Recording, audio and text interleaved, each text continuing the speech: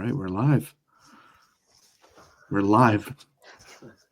You idiot. That's a good one. All right, shall we start? We're live. People are watching, so I don't know if you guys know what the word live means, but it means people are watching. Live. Live. Well, yeah, let's start. Then, hello everybody. If someone is watching out there, welcome to this webinar by Avomind and our partners over here. We're super excited to have this first session about multicultural teams and leadership with multicultural teams, especially. So first of all, thank you very much, Krisana, and thank you very much, Mino, for your time today. Super glad to be with you. Really, it's so exciting to have the chance to interview you and to be here with you and share what you've been doing. Thank you very much for that. Thank you very much for being open and for being here.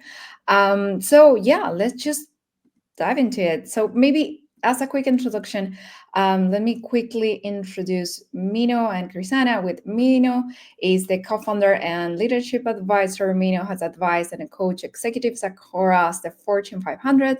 And on top of everything that he's been doing, just a great leader that's gonna be sharing his experience with multicultural teams. He's also funny stories with cross-cultural communication. So it's going to be quite fun. And Krisana, on her side, is the co-founder and leadership consultant. She is a global leadership consultant with a psychology background and experience across Europe, the US, Asia.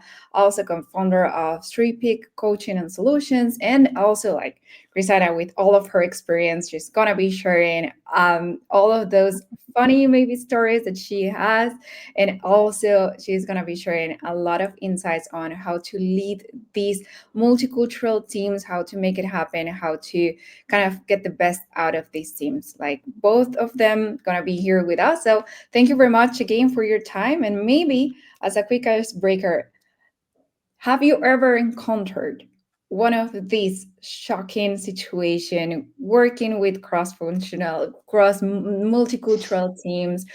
From your experiences, maybe you could share something that has happened to you. Okay, thank you, Vicky. I've had quite a few because I've worked in many countries, and one that I can remember was it was when I was living in India, working in India, and it was a funny cultural moment because let's say, okay, I'm going to title it "The Zen Master, the Tea Ceremony, and my accidental hara energy." So I was managing a department overseeing a meditation resort, and I was overseeing resort buildings, gardens, meditation spaces in India. And I often found myself balancing different cultural expectations. And one of the projects I was involved in or overseeing was creating a Zen rock garden with a renowned Japanese Zen rock master. And to welcome him, 3 beautiful Japanese women from my team had prepared a traditional tea ceremony in our office. And meanwhile, the meditation hall team that was in my department, they're a mix of Indian and German colleagues, was having some logistical challenges, particularly with one team member who often kind of avoided responsibilities. So on this day, he burst into my office mid-meeting and he panicked because he confessed that he had completely forgotten to schedule the roster for a festival we're having. And that meant a whole entire festival program was a mess. And guests were confused about wellness and meditation timings. And I was managing 100 other things. And this was not the moment for such a mistake. And without realizing it, my Japanese colleagues in my team were seated nearby. And I told the guy that this cannot happen. And I was super direct and pretty stern. And as I turned, I suddenly locked eyes with the Zen rock master and my Japanese team. And they were all sitting in complete stillness, waiting for me to have a tea ceremony with them. And so I felt really deeply embarrassed because they were preparing a tea ceremony and I had just delivered a managerial kind of scolding to this person in my team. And I just felt really unzen-like and really awkward. And then I had to go and sit and have this peaceful tea drinking mode. And my colleagues, the women, the Japanese colleagues, they laughed and giggled and they told me you have really strong hara energy. But I was super worried because I was being too stern, and okay, they admired my leadership, strength, and composure under pressure. But the takeaway for me was that leadership is really often perceived differently across different cultures. And what I felt was like kind of an awkward power clash to me was seen as, for them, strong leadership by my female, this is in the 1990s, Japanese colleagues on my team. While the Zen rock master, he just didn't comment anything. He was just super Zen and he was just observing. I just felt so strange. And also trying to just, it was funny, but I was also trying to accommodate different cultures at the same time. And I was the one that looked really, for me, silly. So that's my story. That's really funny things that would happen a lot for me when I was with these multicultural teams working together. So that's one story, a big story that I remember deeply. Yeah, I mean, that's kind of a huge one because you were kind of trapped in a situation. Yeah. The learning is pretty good at the end of Yes. Yeah. I just, because not knowing how to, because in a leadership position and communicating clearly, but also culturally, I just know that it's taken and perceived differently. So, but it was quite funny. They all enjoyed it, and more so, I just felt really embarrassed. And I was much younger then, and I was just feeling like it's way different I'm from Australia, and it was very different from to be there working. It was beautiful, but learning how to work with diverse teams, it was such a wonderful learning for me and adaptation, and I developed so many skills of communication and understanding from this. So that's my takeaway. No, that's great. That's great. Thank you very much for sharing. I don't know, Mino, do you have maybe any kind of story that you want to share with us right now? Sure, I have a couple small ones. I'll share two. Just by context, like I split my time growing up between the United States and Greece, so I had some foot in like two different cultures. So I didn't experience a lot of culture shock in my life, but a couple moments within Europe. One was I was doing a meditation program in Germany, and I remember there was always like a breakfast set out every morning. And usually there was a lot of like bread and cheese, but for whatever reason, there's a very small amount of blueberries. Like there was like 30 participants in this like small little cup. And in the United States, there's a kind of cultural value around when you go to a buffet, especially the first time, you take a little bit and leave some for everyone else. And I remember just getting to the breakfast, and for whatever reason, the folks that were German, they were the first person that would get there. They would take the entire bowl and like put it on their plate and walk away. And they would take all of it and stare you in the eyes, stare you in the face as they were dumping the blueberries. And it became this competition, like every morning, who could get there the earliest, who could line up, who could be the first one to get the blueberries. And I thought that, like, wow, this is just so different than some of the cultural. It's like one of my culture shock moments.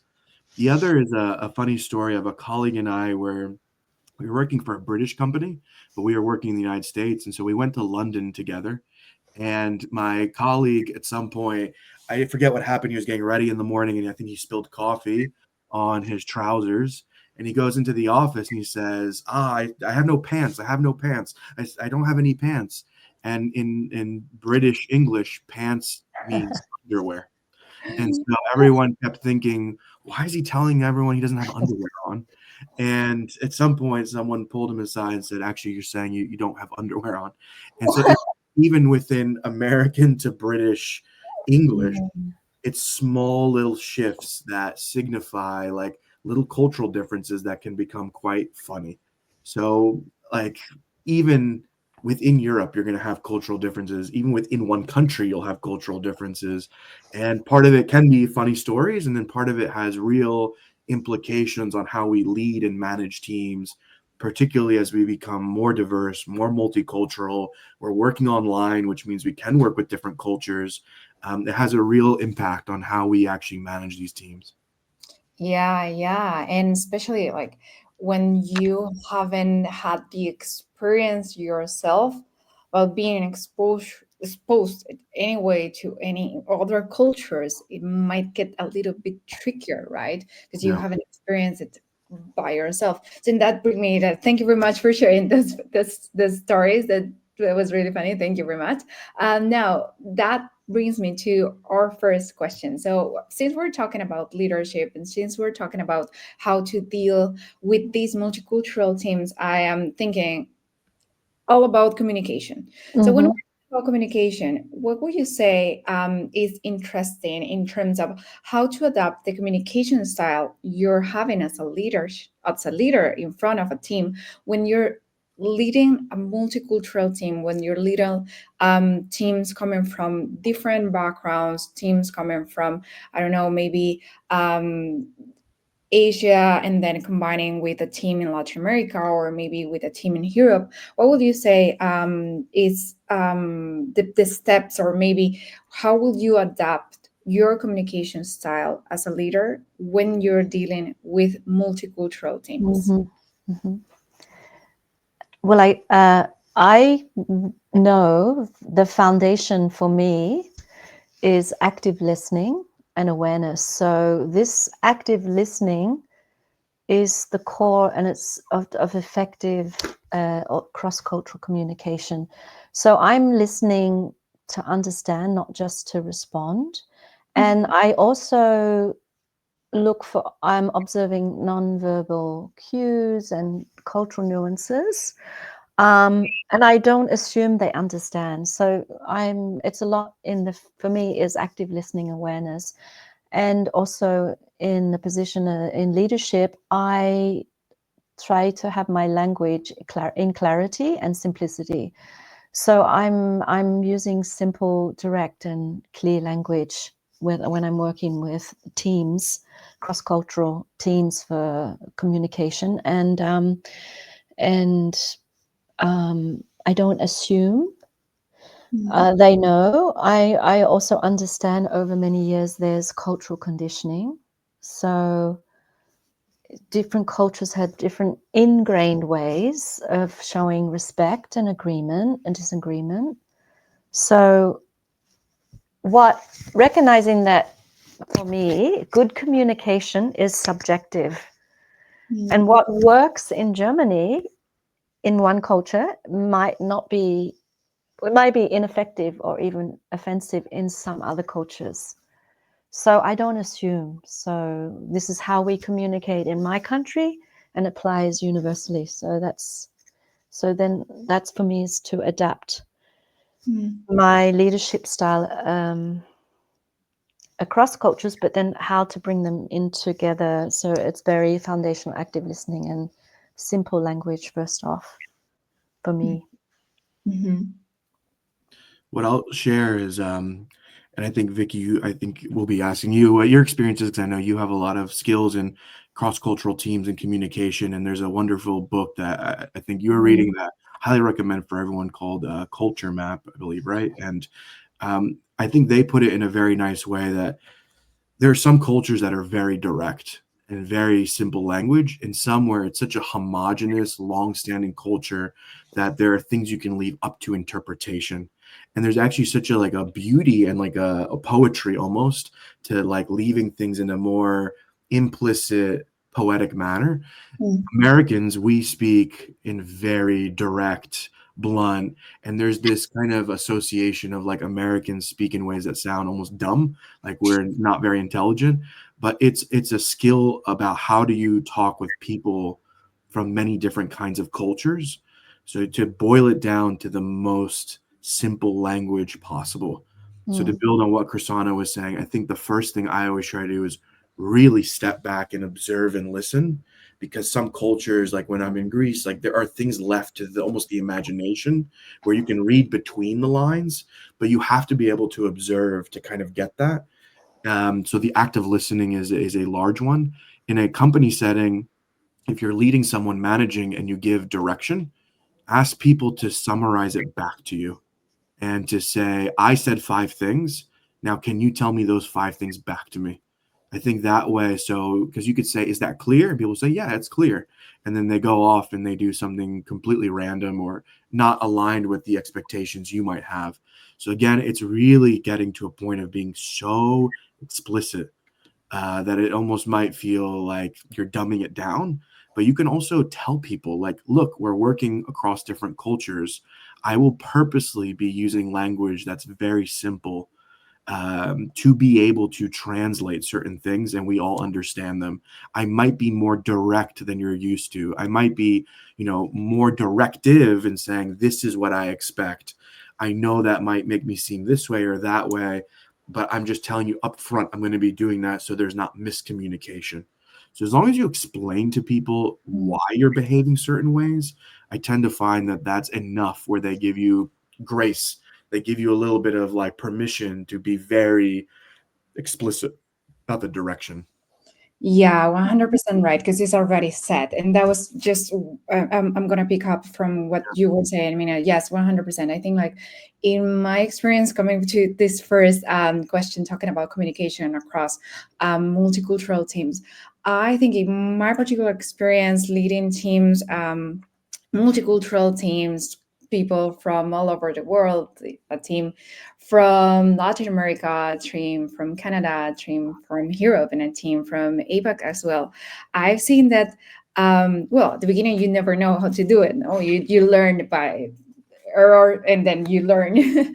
But I think, like, the most important thing is when you're leading these type of teams, you need to be as clear as possible with your leadership style, adapting it to the team that you have in front of you, right? So what picking up from what you were saying, Mino, I think it's very important to outline the kind of leadership that you're trying to put on with the team, and to be as clear and as explicit as you can with the communication as well, because there might be a lot of stuff that is left unsaid and that the team can be left to the interpretation. So we want to avoid that interpretation as much as possible when we're leading multicultural teams, right? Because it might take to maybe miscommunications, and we don't want to get there. But as Krisana was saying as well, I think one of the most important parts of this communication, this effective communication between multicultural teams, is when we're practicing the active listening, right? Not only listening to what the people are saying, but also listening to their body language, listening to their tone of voice, listening to their experiences as well, listening to the people that we have in front of us, understanding their culture and where they're coming from and what leadership means to them. Because it might mean something different depending on where you're coming from and depending on what you've learned in terms of the distance to power, in terms of the authority, in terms of hierarchies as well. So your leadership style will need to change Yeah. according to the team that you're leading. So yeah, Can I 100%. add one thing on communication before we move on? Is this is a big struggle with my parents immigrated to the United States, is please don't use idioms. Idioms are like phrases, like, I don't know why this one comes to mind, is like put the cart before the horse, right? Is like if you use a lot of idioms, those do not translate across cultures. And it's where I find even within the United States, as an American, I don't have this cultural background. Or don't make references to certain like sports or certain cultural events that many people will have no clue. So in the United States, like we talk a lot about like baseball. I'm like, no one knows anything about baseball. So if I give this analogy to someone in Europe, it's not going to work. So just be very mindful of like certain assumptions you have about like everyone must know the rules of this game. So let me just use that. So idioms, sports, cultural events, historical events, people don't all know the same bank of information. So don't rely on that to be able to communicate. Yeah, 100%. That is actually a very good one. I've never heard that one before, but I think it makes a lot of sense because Yeah. idioms, they represent a lot of the culture from where you're coming from. Great, that's amazing. And so in your experiences, what are maybe could you share maybe some challenges that you found when you've been leading these multicultural teams related to the communication styles? Um, I'll go back to when I was in India. So during a meeting with mixed teams, I often found of Germans, Indians, Japanese colleagues, I often found Germans spoke first, the Indians would follow, and Japanese colleagues usually stayed silent. And instead of assuming disinterest, I started, you have to do roundtable check-ins, and then I started doing smaller discussion groups, which encourage everyone to speak. So Mino has already said it, like actionable tips. It's like how to encourage multiple forms of input for everyone. And the big key is a big principle is how to create psychological safety in the team. This is huge, and because the common barriers is for them, it's fear of judgment, my language barrier, and some voices are louder than others. And so it's a lot on psychological safety to feel included. I just wanted Yeah. to add that. Yeah. Yeah. And I guess like building psychological safety for multicultural teams is also like a huge challenge because Mm, psychology is so interconnected with your culture, and therefore creating this safe environment for a mm, multicultural team might become a challenge, because what a safe environment might mean for some, as you were saying, a team where you have Germans, Indians, and Japanese, safety might mean something different by the yeah. action the leader is Yeah. taking, right? Yes. And another big one I forgot, it's really about active listening, awareness, clear, simple communication, and also for everyone creating a sense of belonging in the team through this psychological because everyone wants to belong, because once you come in a team, there's a sense like, I'm in this team now, so how can we create this sense of belonging without any separation? So that's another big one, the sense of belonging, so I feel safe and I can contribute and share my skills and my talents with the team, because this is why we all come together to move Yeah. together. Yeah. Yeah, Yeah. 100%. I think that also builds up to the sense of community between teams. Even Mm, though it's a multicultural team, that sense of community makes them feel like we're all part of this, even though we're coming from different multicultural environments, different multicultural mm, backgrounds. We're part of this tiny group, and we're feeling like we are one community, and that make the workflow feels a little bit easy, like the workflow can flow mm, as mm. it's supposed to, right? Yes. Yeah. What about from your side, Mino? Have you ever faced some challenges with this type of communication when leading multicultural teams? Yeah, a couple examples I'll give. One is different cultures have different purpose to how they communicate and the meetings they use. So again, I'm generalizing here, but like in like Dutch culture or American culture, United States culture, you can tend to have, there's less of a hierarchy gap, there's less of a power gap. So meetings are used more for brainstorming.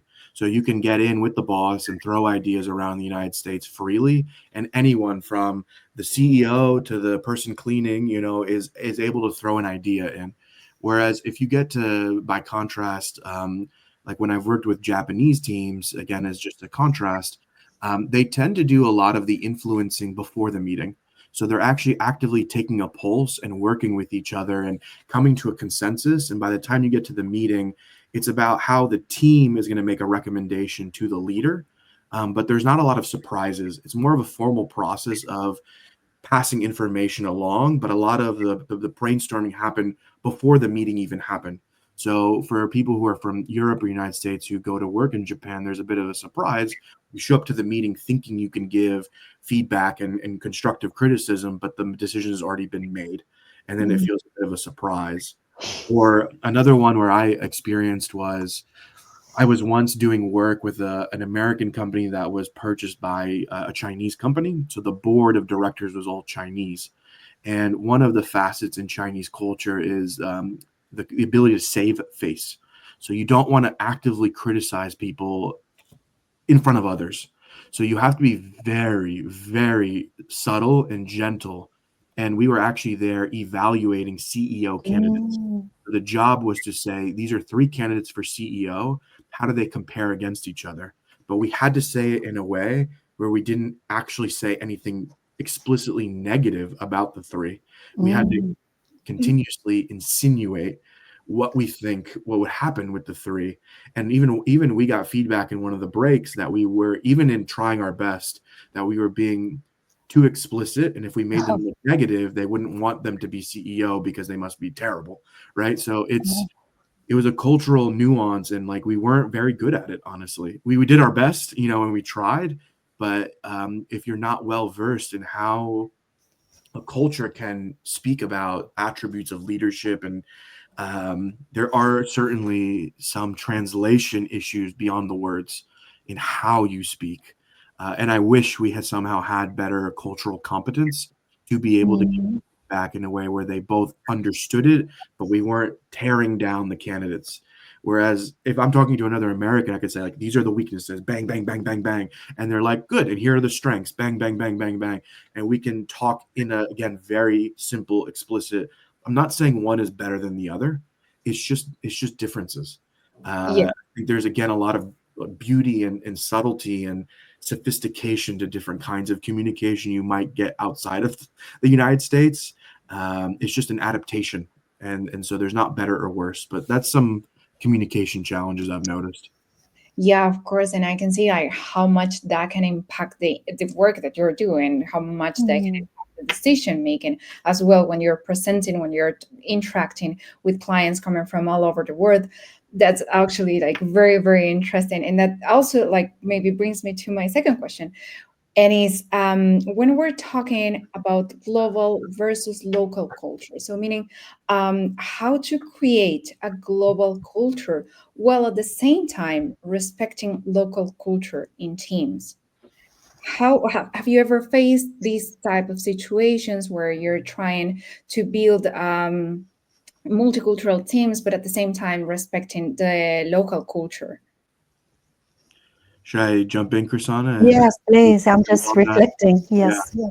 I'll give one example that I've thought quite a lot about is one way to always, I think, perceive cultures is that there's always a distribution of personality and values within the culture. But then if you compare culture to culture, there's also differences. But within a culture, everyone is quite diverse and different within that culture.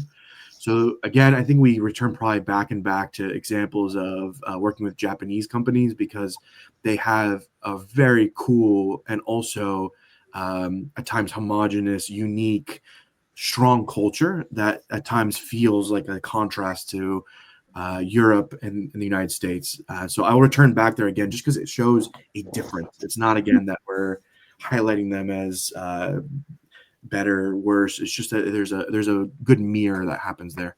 So there was a woman I was coaching that was in a multinational, and she was living in Japan in Japanese. And the feedback I got from the European leader was, this leader, she's very deferential. She's basically not giving me feedback. She's not brainstorming in the meetings. How do you coach her to basically be different? So I went and I started working with the woman, and I started getting to really understand her. And part of the work that we do is understanding their roots, their background, why they might behave a certain way.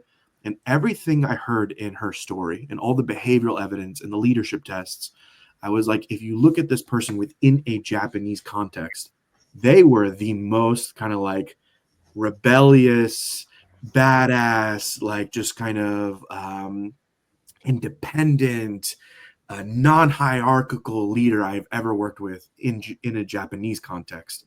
And she was a wonderful leader.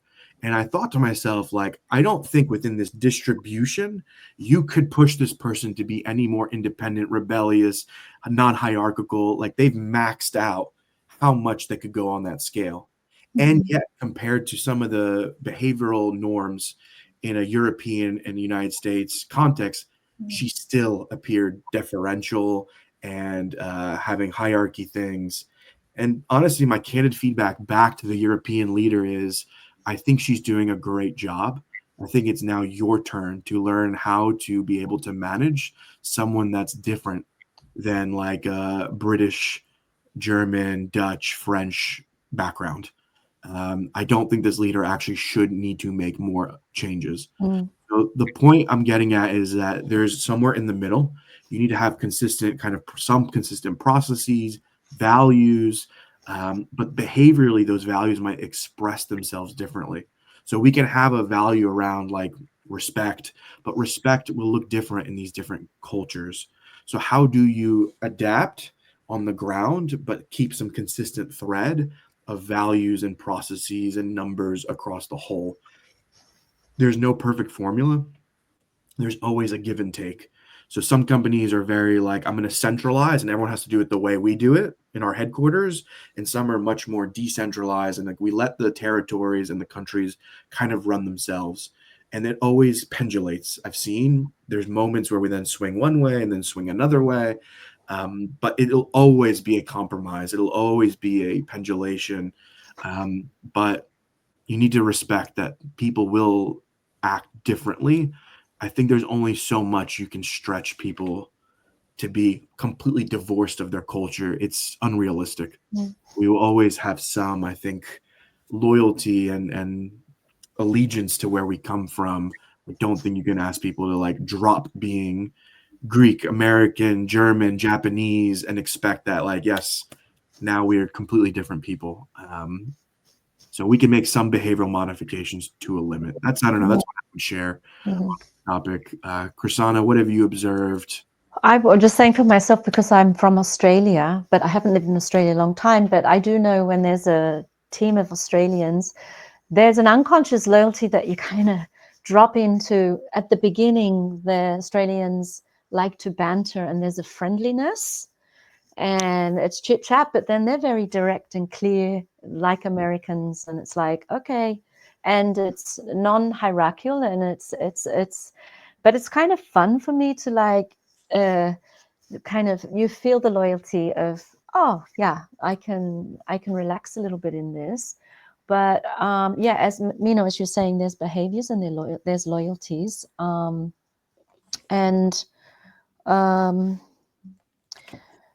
I just know for me, if I go with, I know my leadership style. If I'm me personally, from all my experience, I know my leadership style is always changing.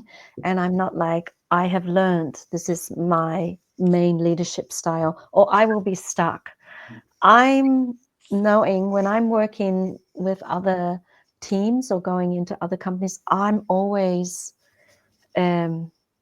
finding the best way I can communicate. And so we can be understood, and so we can work together. So I often have a thing about labels of keeping things very rigid in this is a certain leadership style, because then I feel like I cannot adapt. I'm locking myself into not grow and learn. And I really go moment to moment, and the grounding compass is awareness and is intuition and is also reading the people through their communication, listening, understanding them, seeing the nuances so that there can be an opening of working together. This is how I can share it. So for my side working, so I don't go and go, oh, this is so strange for me. I'm like, great. How do I swim in this? Yeah. You know, I it's never they're inflexible. It's me. Oh, where I'm not being flexible in myself to adapt. This is really important. Really, really important. Can I Yeah. give an example? Actually, there's also you'll find in different countries different mental models, the belief systems of what leadership is, right? So if you go to again more Western like Europe, United States, a lot of our conception or belief system around leadership at this point in time is that it's a very analytical role. So it's all about data and using data to make decisions. And as you go more towards, again, I'm using as a contrast Japanese leadership. In my experience, it's considered an intuitive art, and you Right. use your intuition. And actually, I would go as far as saying I think they're more advanced.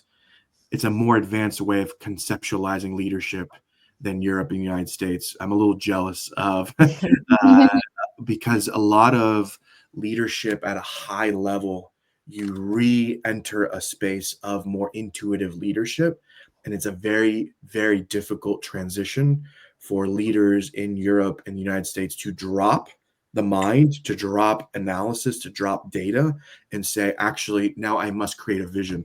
But you can't create vision from numbers because numbers just measure the past. So a vision needs to be something that looks forward, that has optimism, that inspires hope, that's like a nice story. These are all intuitive arts.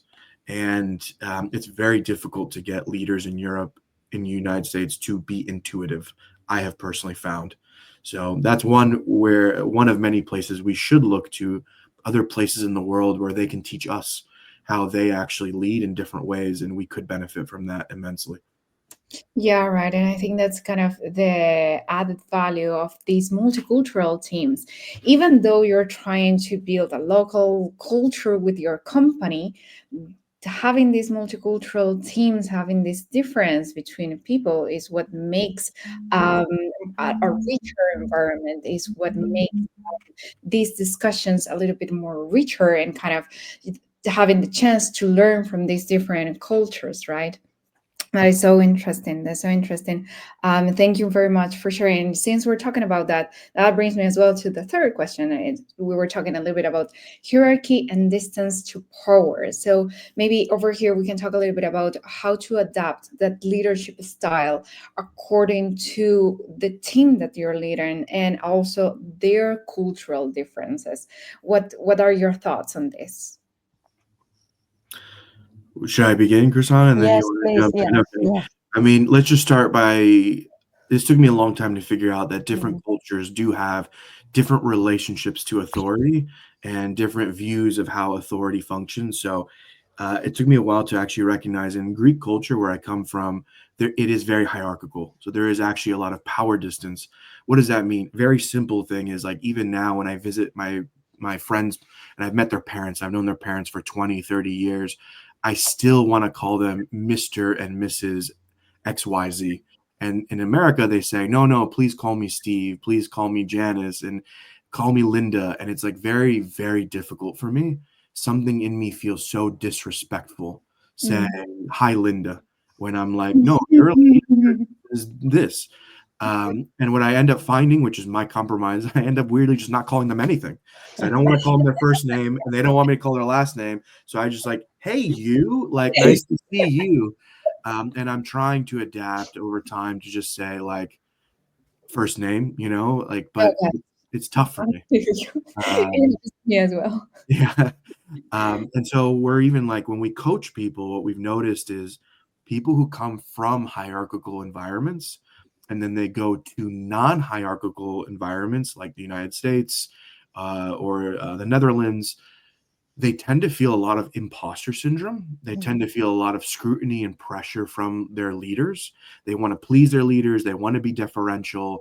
And like we're coaching someone right now who comes from a more hierarchical background, is working in the United States, and they're really struggling with, I'm in these presentations with all these senior leaders.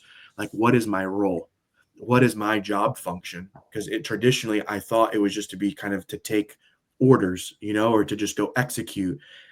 They're supposed to tell me what my job is. And we're working with this individual to actually define, well, what do you think your role should be? Because in an American culture, you need to define your own role and define your own success.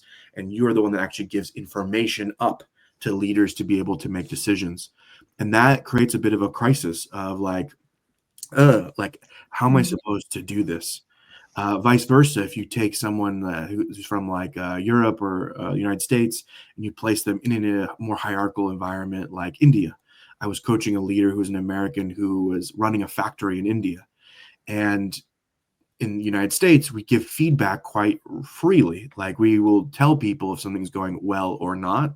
In India, if there's a perceived hierarchy, it's very, very difficult to get very candid feedback. You might get insinuations, but you're not going to get very blunt.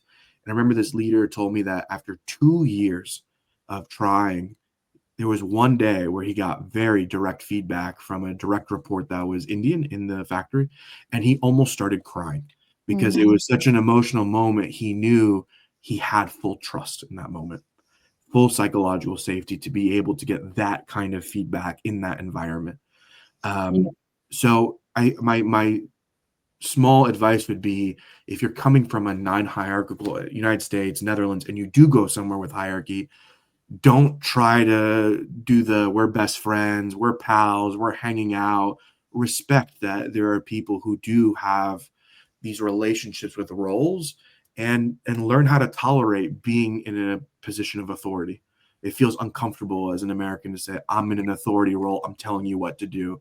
Actually, you kind of need to learn how to tolerate that to some extent. And you have to be able to be in a role and to give direction. And you're not going to be best friends with your employees. You're not going to probably get a beer after work. Like you need to be able to understand these are different systems. So I think it's for the leader to adapt. As Krisana was saying, it's in the moment you adapt to what is. Don't force your team to adapt to you. That's the best I would say. Krisana, what have you seen when it comes to power, authority, hierarchy? Well, I would just want to say, when I first came to Germany to live, being super friendly, Australians, it's a friendliness. And for a while I thought, God, what's wrong with me? Because I would say, hi, good morning. And like, and I started feeling a little, no, I don't feel insecure. I just felt like, oh, what, did I say something wrong? And I just understood it's just different conditionings of like, I don't know you yet. And actually Germans are so wonderful people, but the first meetings were like, why are we so friendly? So for a month I was grappling, and then after a month I understood it, and I said, oh, okay, but I'll still be myself, but I'm understanding I don't jump over the top. I'm aware of these conditionings, cultural conditionings. And Mino, I also would agree with you. It's a lot about feeling imposter syndrome when they come to America or even into Europe, and they're from other countries where hierarchical systems are in check in a different way of how they respect authority. And yeah, it can be very really minimizes the person, because they start shrinking inside because they really want to do their job well, but they have no way to express themselves. So they really need a lot of support. This is where this person is doing coaching with us to help him to understand how he can come into his own empowerment with this and understand he can be himself. So It's also in Germany, it's about you integrate into this system. Yeah. That's what is usually the way, but it's usually people, you also have to go the other way and understand to go into that person's understanding and like, how am I if I'm in their position? And this is really important to understand, that we just don't come from our assumption of how it is and this is how it should be. It's again being very adaptive and using your awareness and intuition and insights. You'll notice when you've hit a wall, you'll notice something's not happening. Okay, come back to see how we can establish trust and communication and openness and alignment. Yeah. Yeah, 100% what you were saying, Krisana. Like, first, Mino, I assure you, I feel you. I've been there. I know I still struggle with my my friends' parents. I cannot call them for their names. I need to put the Mr. or Mrs. in front of it. 100%. And then Krisana, like 100% as well, like as an expert as well, like over here in Germany and coming from Latin America, I am extremely friendly with everyone. So I face this situation a lot, especially with pets on the street. Like I face myself petting and then I'm having some negative looks, or maybe I've learned with time that is actually something really nice to ask before petting a dog.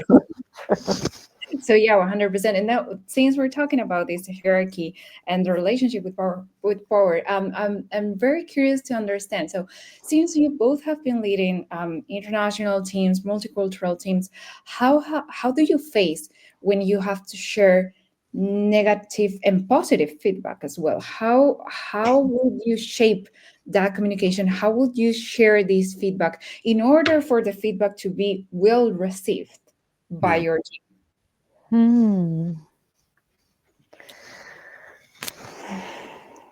Mino, you want to start? I will say this has been a big learning for me.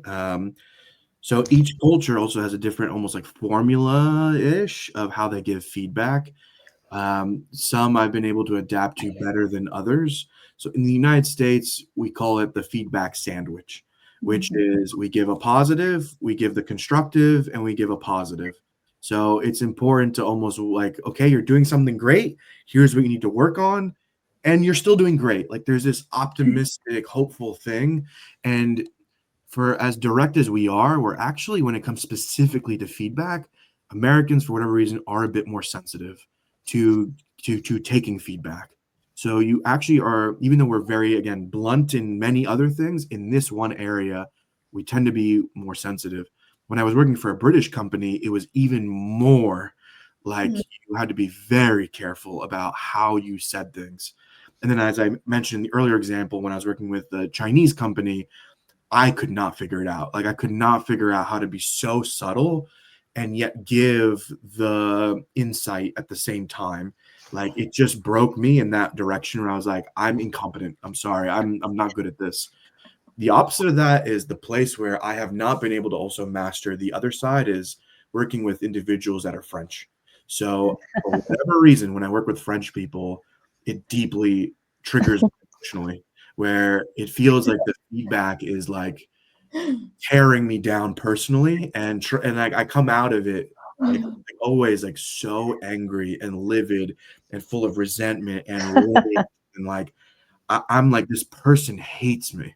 And like, how could you say those things about me? And then after the meeting, it's like, we're friends. And I'm like, what are you talking about? Like, you just destroyed me in front of all my coworkers. So that's the opposite of the Chinese probably approach. I still haven't cracked that one either.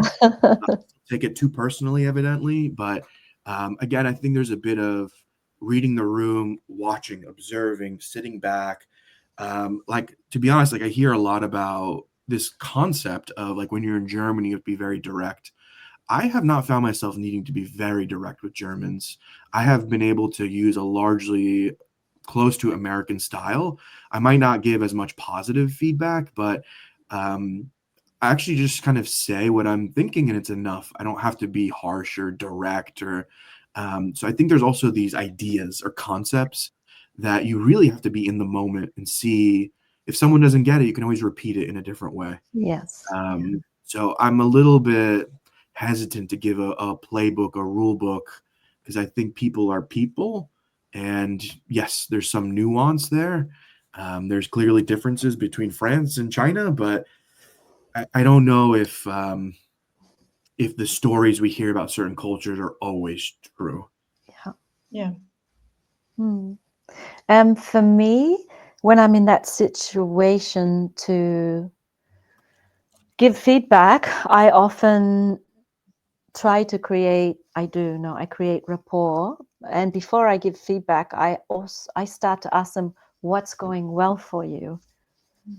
What's going well for you? What do you like that's going well that you see it's going well? And what's not going so well for you? So I'm already, seeing that they also already know where they could, they need support. And then, I blend in a feedback, because it's not like you're doing something wrong. It's like allowing them to see for themselves first. Like, I see this and where I need to, maybe strengthen or have some support with. And then this is the way I often have found it's easier to give feedback. Allow them to see the positive side of the things, and then they can understand themselves, because people do have their own intelligence, emotional intelligence, and to support that to come out and not, the pointing the finger. Yeah. Yeah, share what I've observed with you, Krisana, which because I think you're absolutely brilliant about like shifting feedback to different kinds of people. Like I've seen Krisana on one side working with a leader that is probably a bit more timid and doesn't have innate self-confidence in this moment. And I've seen such a supportive, resourcing, giving positives, building someone up. Like it's a very nurturing environment. And I've also seen Krisana, we're working with a CEO that is all but slapping this individual, right? And giving Yes. direct where I'm like, whoa, and it's helping this individual a lot. It's So my Hara energy. whoa. But gracefully. Yeah. Of course. But that's why there's no like rule book we can give. It has to be tuned into the individual in the moment. Yes. And Krisana is the master, I think, of tapping that moment. Mm-hmm. What does this person really need right now? Yeah. True. Yeah, that's amazing. But I mean, you've learned all of that through your own experiences as well, right? Living in different countries, working with people from all over the world. That's just amazing that you're sharing that with us. Yeah, it's experience and thrown into situations and learning from your mistakes and being very curious, because I really like people. I really love people, not like I love people, but like, I'm really curious about behavior and going beyond behavior to really to understand how we're humans in a system, and how can we make this work with each other and stay aligned, and values and intentions and all this. Maybe picking from what you said, I think that maybe it's a very good tip for the leaders in these multicultural environments, just approaching these teams with a very curious mind. Yes. A curious mind to understand, to really wanting to understand the individual that you have in front of you, understand what could work best for this person, what type of communication would adapt. Yes. Yeah.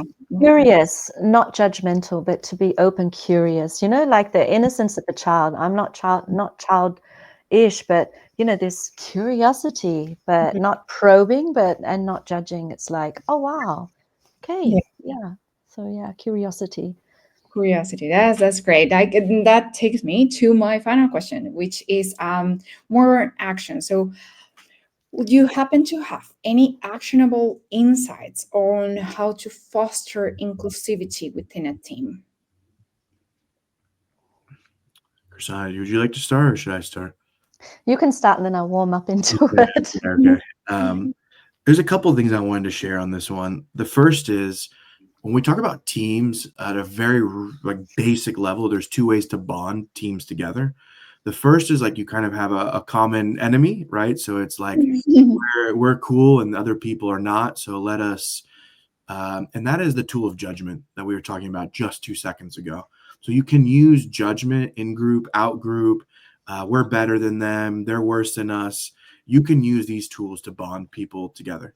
What we've seen though is that productivity is not very high, and those groups tend to fall apart the moment that external other disappears, or you have to always be reinventing some new threat, some new other, some new thing to be afraid of.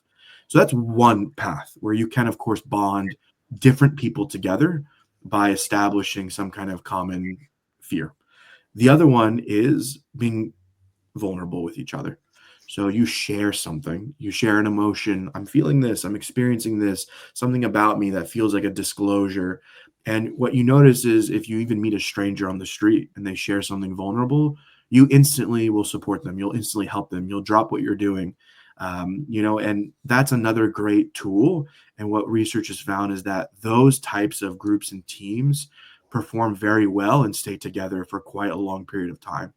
So I'm always nudging people to like the first thing to establish a team, if it is particularly heterogeneous, it's not homogenous, so it's all different people, is enable the kind of space where people can share something about themselves. Now, of course, what people share and what is vulnerable will again look different culture to culture, person to person, but just creating that kind of environment. I think I hope Krisana picks up on this a little bit, but one of the key things in teams is belonging, but belonging at work in teams is a lot about the role you have at work. It's not about we're family, we're friends. Like if you see companies that want to punish someone but not fire them, what do? They take all the meaningful work away from them. They put them somewhere by themselves where they can't work on something. So it's this little castle they build off. So a lot of corporations do this of like, we don't feel like firing this person, but we're going to ostracize them, move them to the side. So what's the opposite of that is you give people meaningful work. You give them a role that's part of a team.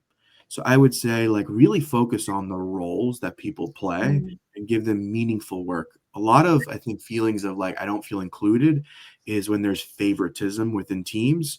So like I'll give you a personal example where I messed this up. I was once leading a very kind of multicultural team, and there was someone who was from Northern Macedonia. I'm from Greece, Balkans.